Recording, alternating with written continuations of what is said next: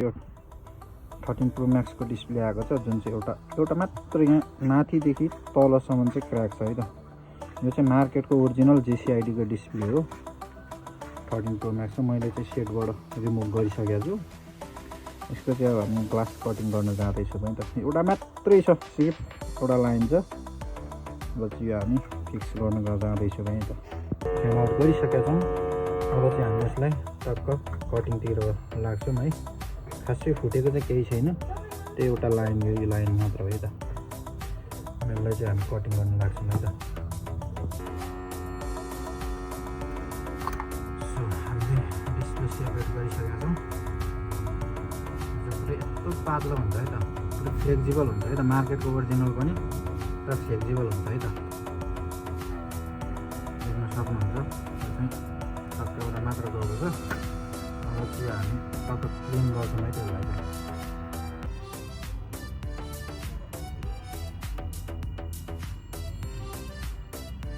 Look clean हुँदैछ। म चाहिँ प्रायः हातमै राखेर गर्छु, किनभने त्यहाँ राखेर गर्दा मेरो चाहिँ बानीले गर्दा ब्यालेन्स मिलाउँदैन। सो अरूहरूले चाहिँ यहाँ राखेर पनि गर्नुहुन्छ, त्यो चाहिँ आफ्नो आफ्नो ब्यालेन्सले गर्छ है त। सो अब चाहिँ हाम्रो ग्लु क्लिन भइसकेको छ। अब चाहिँ हामी यसलाई टक्क लिक्विडले क्लिन गरेर यसरी पन्चिङ गर्छौँ है त।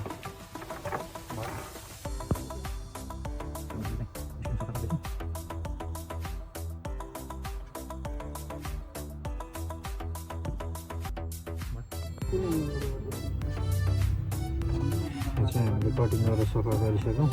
अब चाहिँ डिस्प्ले चेक गर्छौँ। डिस्प्ले चेक गरेर फाइनल भएपछि दोस्रो ग्लास पन्चिङ गर्छौँ है त। हुँदैछ यो चाहिँ माथ गरेर आएको छ है त। ट्याक ट्याक ट्याक। अब चाहिँ यसको हामी पन्चिङ गर्छौँ है त।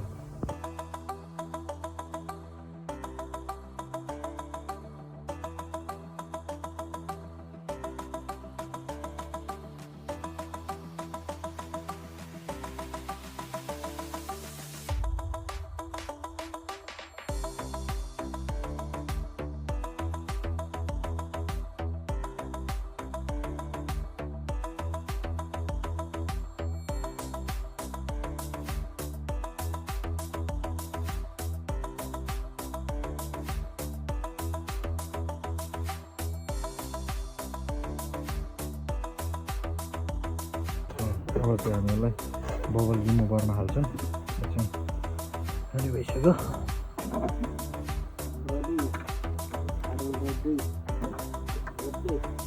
बबल रिमुभरमा हालेर त्यो पछि ग्लास पन्चिङ पनि भइसकेको छ। अनि बस अरू फिटिङ गरिसकेको छु त। रन भइसक्यो त्यसले।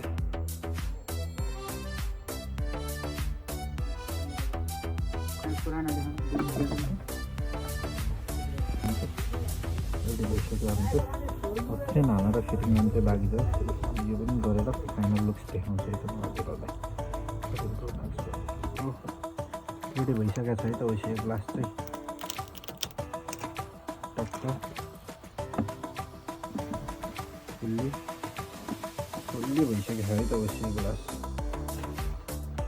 13 प्रो म्याक्सको है। हजुरहरूको पनि यस्तो समस्या छ भने चाहिँ आउन सक्नुहुन्छ है त। फुल्ली रेडी भइसकेको छ है त 13 प्रो म्याक्सको ग्लास चेन्ज गरेर। यो चाहिँ मार्केटको ओरिजिनल डिस्प्ले हो। हजुरहरूले मार्केटको जुनसुकै डिस्प्ले GX देखि लिएर जुनसुकै फुटे पनि चेन्ज गर्न मिल्छ है त।